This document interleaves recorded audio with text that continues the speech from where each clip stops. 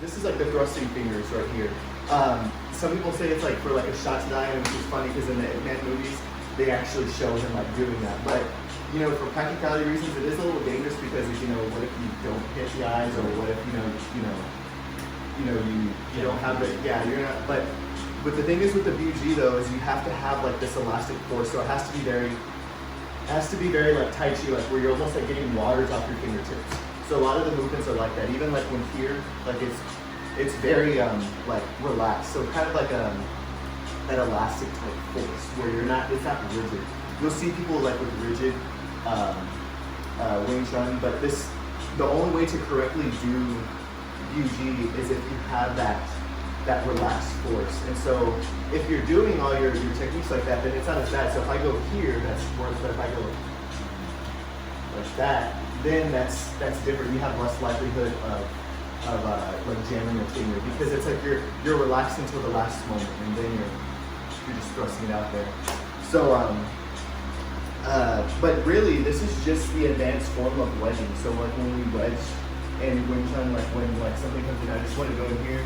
So it's the same thing here. I still use it the same way, but then since it's coming underneath, I can do things like this where I can shoot in, and then that gets me to the inside.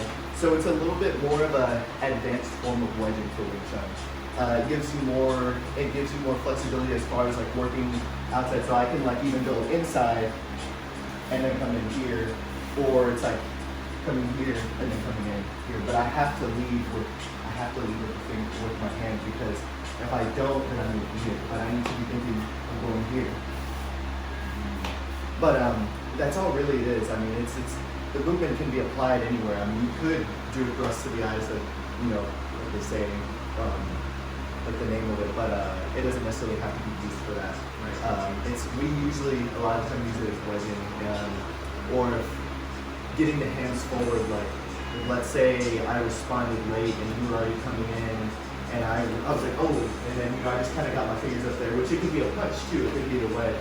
So remember how I said a lot of advanced Wing Chun is a lot of forearm, palm strikes, elbows, techniques. There's very rare that like, if there's punches, it's punches to the body. But a lot of this stuff is going to be like forearm using the Ona, using this part of the rich hand, like we have like the spade hand, which is like made perfectly to fit right there. And so that's like the other thing that you're going to see a lot too is the spade hand right there, and that's what that is. So a lot of it becomes more open-handed techniques, but for you to do that properly, you need to have developed that elasticity in your movements, right? Which is why I really think that at one point, that there was more internal aspects in the teachings of Wing Chun, because when they talk about stuff like that, even on team, and this is, he's like, the only way you can do BG correctly is if you're doing it that way. Which Tai Chi kind of has a similar thing, or Shinjan, and it's like the new frame where it's like, they basically came up with more advanced forms for the original form that you learned. So the original form is like very big movements, you're making larger movements, because you're trying to develop that range of motion and you're shifting, but you're also trying to develop that connection to the whole body. But over time, the movements become tighter. Because you don't have to make the big movements the beginner makes, because the advanced person can do them with smaller movements. So then it eventually becomes here. So, but the only way to do Shinjan correctly is you have to have your foundation down. So that's kind of like the same philosophy for BG. Yeah. It's like you can't quite do it right unless you have your foundation down and you have that. It's like a prerequisite, right? Part of it. But that's really all it is. But you'll notice it's a common aspect in the form. Like it starts off with the cup jarring elbows, which will be here, and I step in, and as I step in, that one comes out, and then it comes back, and then you have your sweeps. And then I do it on the other side. And then you have your quai jarn, which is like a diagonal elbow. And the same thing, it comes here, and back. And you do it on both sides. And then you have the pai jarn, which is the horizontal elbow, which is here. And it comes under here, and then. But you'll notice though, the wrist comes to the center line. Because if I go here, I'm just going straight out. So if you just hold like a fist up, It's like I'm clashing and I can get inside, but what if it's more like a cross? Like what if you're throwing more of a cross and I'm at this angle? Well, it actually, the wrist comes to center line, and what happens is it's more of a here. I end up still my center line, but it's like it comes across.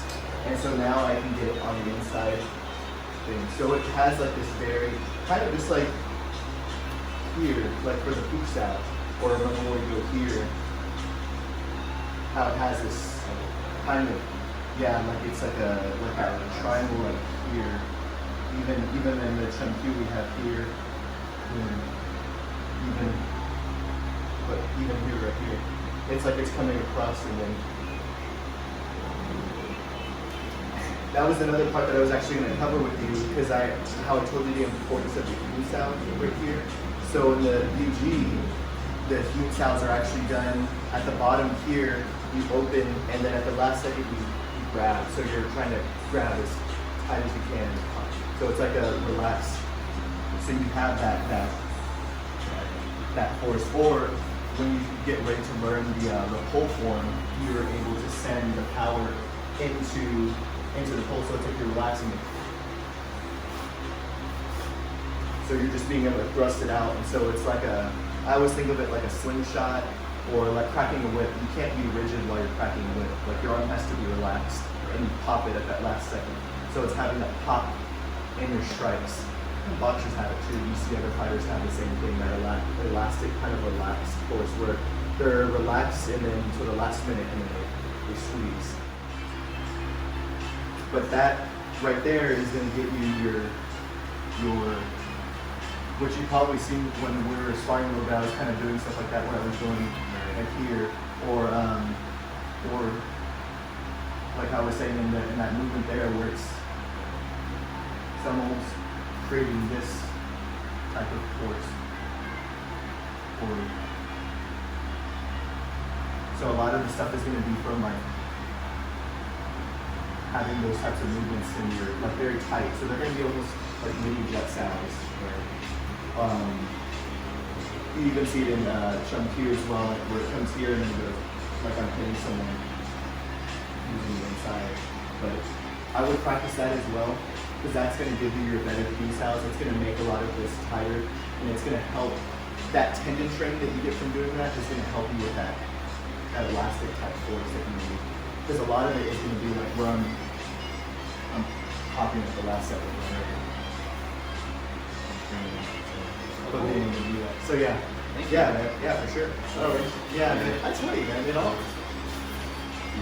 But it's a whole business of teaching. Yeah, I tell you, man, it comes from somewhere. There's so many influences from the styles, and there's only so many ways to move the body. And I mean, I've even seen it in the external arts. Like some of the masters for the external arts have that same type of expression in their movements. So I say I don't think it's just I don't think that type of movement or that type of way of, that skill is exclusive to the internal arts. I think the internal arts emphasize it because they're emphasizing movement and stability and body. But I still think that same principle applies to the other styles. But I think there's only certain, it takes a special kind of person to really develop your style. And your movement over time, when you first start, it should be different 10 years, or another 10 years, or another, because you develop that how much is enough, for your movements. In the beginning it becomes very rigid, but then you should be more relaxed. Like your jiu-jitsu as well, it's very smooth, you're very, relaxed as you're doing it. So it's that same philosophy, different expression, same. Cool. Yeah, I'm glad to share that with you.